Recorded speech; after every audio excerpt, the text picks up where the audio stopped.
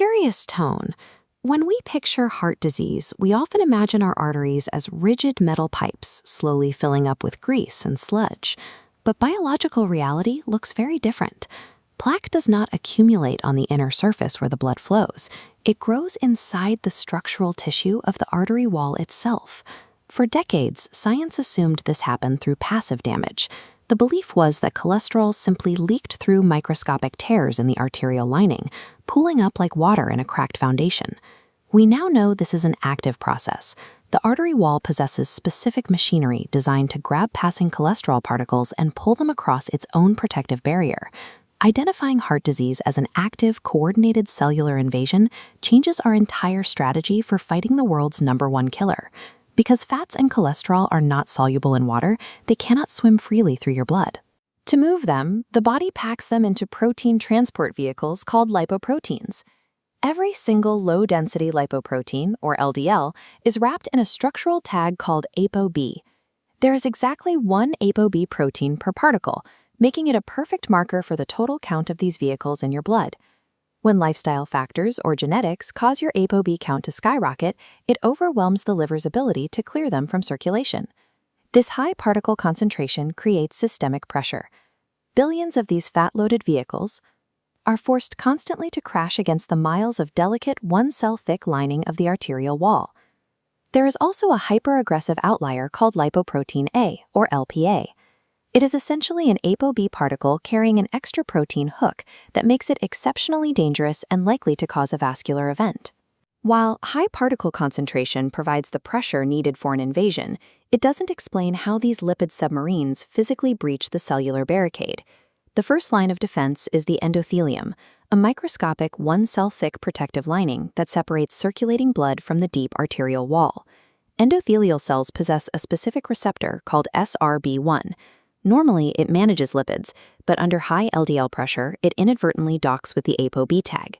This triggers a Dock4 switch, initiating transcytosis.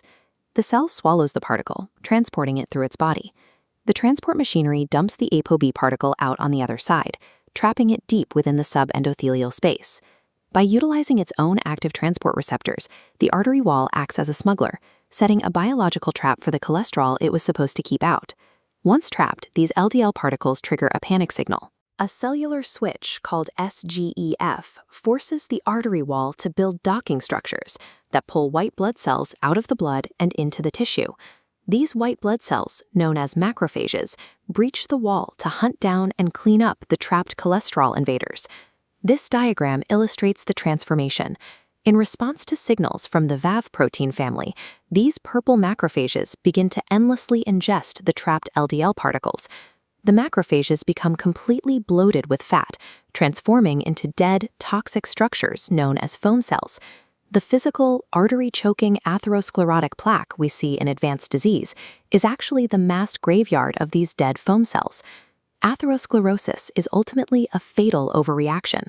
The immune system's cleanup crew is hijacked by its own cellular switches, turning a rescue mission into a deadly lesion. This cyclical pathway shows how the disease functions. It requires both high systemic particle counts in the blood and the activation of these Rho-GEF switches inside the cells. Today, the most effective defense is to test for and lower your ApoB and LPA levels to reduce the systemic pressure on your arteries.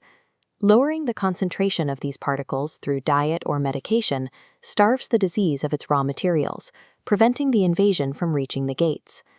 A moment of wonder. Looking forward, researchers are developing targeted therapies designed to explicitly turn off Rho-GEFs like Dock4 and SGEF.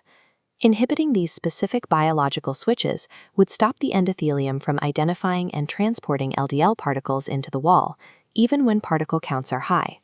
By identifying the precise mechanics of the cellular invasion, researchers are now developing ways to stop atherosclerosis at the biological source.